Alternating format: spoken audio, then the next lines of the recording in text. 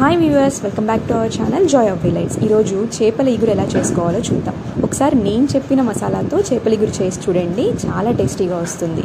నేను ఇక్కడ ముందుగా శుభ్రం చేసుకున్న చేపల్లో ఉప్పు, తగినంత కారం, పసుపు వేసి కలిపి పెట్టుకున్నాను. ఇప్పుడు మసాలా కోసం 2 ఇంచుల అల్లం, అలానే 10 వెల్లుల్లి రెబ్బలు,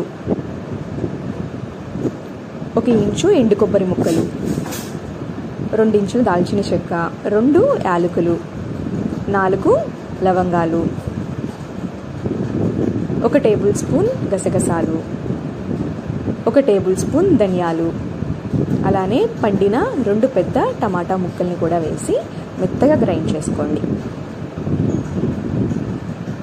ఇప్పుడు ఒక వెడల్పాటి కడాయి తీసుకుని అందులో 4 టేబుల్ స్పూన్ల నూనె వేయండి. చేపల కర్రీకి ఎప్పుడు కూడా నూనె ఎక్కువ పడుతుందండి.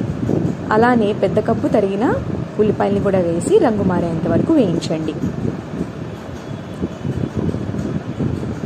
ఉల్లిపాయలు రంగు మారిన తర్వాత మనం గ్రైండ్ చేసి పెట్టుకున్న పేస్ట్ని కూడా వేసి కదుపుతూ పేస్ట్ని బాగా వేయించండి. ఇక్కడ మీకు ఎప్పుడైనా కానీ నాన్ వెజ్ కర్రీస్లో టేస్ట్ దేన్ని బట్టి వస్తుందంటే మనం మసాలా ఎలా ఫ్రై చేసామనే దాన్ని బట్టే వస్తుంది. ఒకవేళ మసాలా అడుగంటిపోతే చేదుగా కానీ కాలిపోయినట్టుగా కానీ ఫ్లేవర్ వస్తుంది. అందుకనే ఇలా కదిలిస్తూ నూనె పైకి తేలేంత వరకు మసాలా వేయించుకుని అందులో 3 పచ్చిమిరపకాయలు, ఉల్లికాడలు కూడా వేసి బాగా ఫ్రై చేసుకోండి. ఇప్పుడు మనం ముందుగా మ్యారినేట్ చేసుకున్న చేప ముక్కల్ని మొత్తం పరిచి 1 గ్లాస్ నీళ్లు పోసాను. ఇక్కడ మనం పులుసుకైతే ఎక్కువ నీళ్ళు పడతాయి, కానీ ఇగురు కాబట్టి ఇగురు ఎప్పుడైనా కానీ కొంచెం తిక్కుగా ఉంటేనే బాగుంటుంది. అందుకని నేను ఎక్కువ నీళ్ళు వేయలేదు. 1 గ్లాస్ వేసి ఇలా చూపించినట్లుగా పట్టుకుని అంచులు పట్టుకుని కదిపిస్తే చాలు. స్పూన్ పెట్టి మాత్రం కదిలించకండి.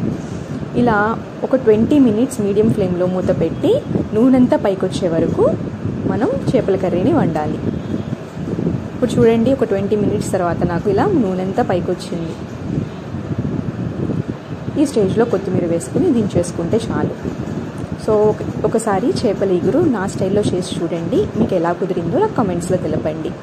అలానే ఇలాంటి మరిన్ని రెసిపీస్ కోసం మన ఛానల్ని సబ్స్క్రైబ్